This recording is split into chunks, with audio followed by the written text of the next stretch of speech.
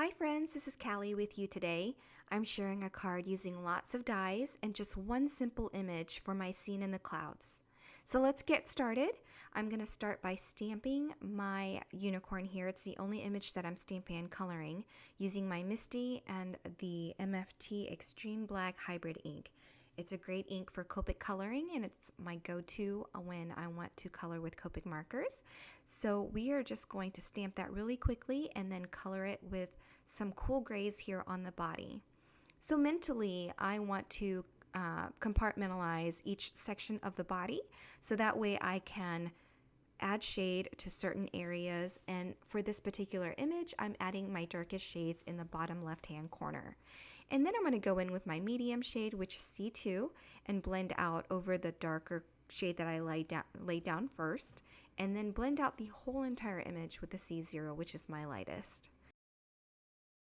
Once my body is colored, I'll come through and color the unicorn mane and tail with colors of the rainbow. The unicorn is gray, so I just wanted to give him lots of color, and I think this is typical of unicorns to have rainbow hair, right? So we are going to finish up doing that. I first apply the darker shades in the corners and then blend them out with the lighter colors. This is typical for me when I color small areas. So we are just going to do that with every little section here with all the different colors that we're adding. And then I'm going to finish with the unicorn's wings with the gray.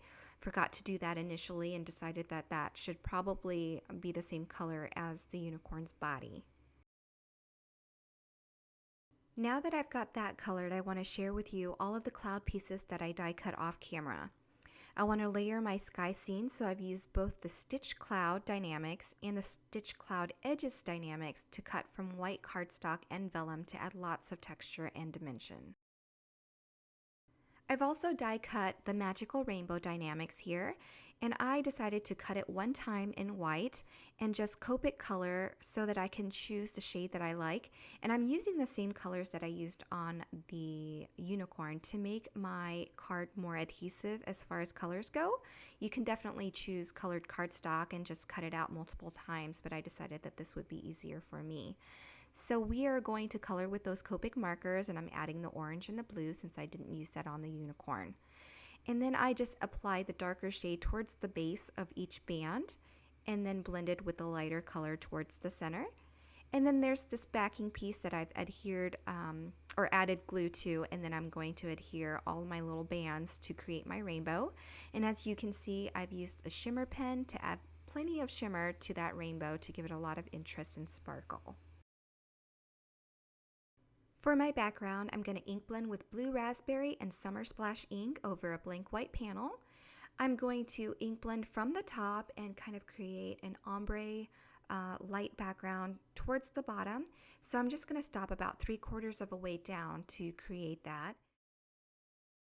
Dye inks do take a little more time to saturate the paper, in my opinion, when you're blending with a brush. So if you're patient and just take your time blending, you can get a really nice even coverage. I did splatter my panel with some water droplets, but a lot of it gets covered by the clouds and the elements that you add, so you can skip this step if you'd like. Now that I have all of my backgrounds and elements colored, I'm going to decide where I want to place these cloud edges. And so I've cut my pieces in half because I knew I was only going to use them in the corners to save some paper. And I lay them out to where I want them. I'm going to add adhesive to the back of each piece and then adhere that to my card base, making sure to cover all the edges. So to give my card panel a really clean edge, I'm going to go ahead and put it in my tonic guillotine trimmer and just trim off those clouds, as well as cut off an 1/8 inch all around this card panel so that it can mat a card base later on. Now to finish my card, I'm going to be adding foam adhesive to the rest of my elements to give them some height and dimension for my card.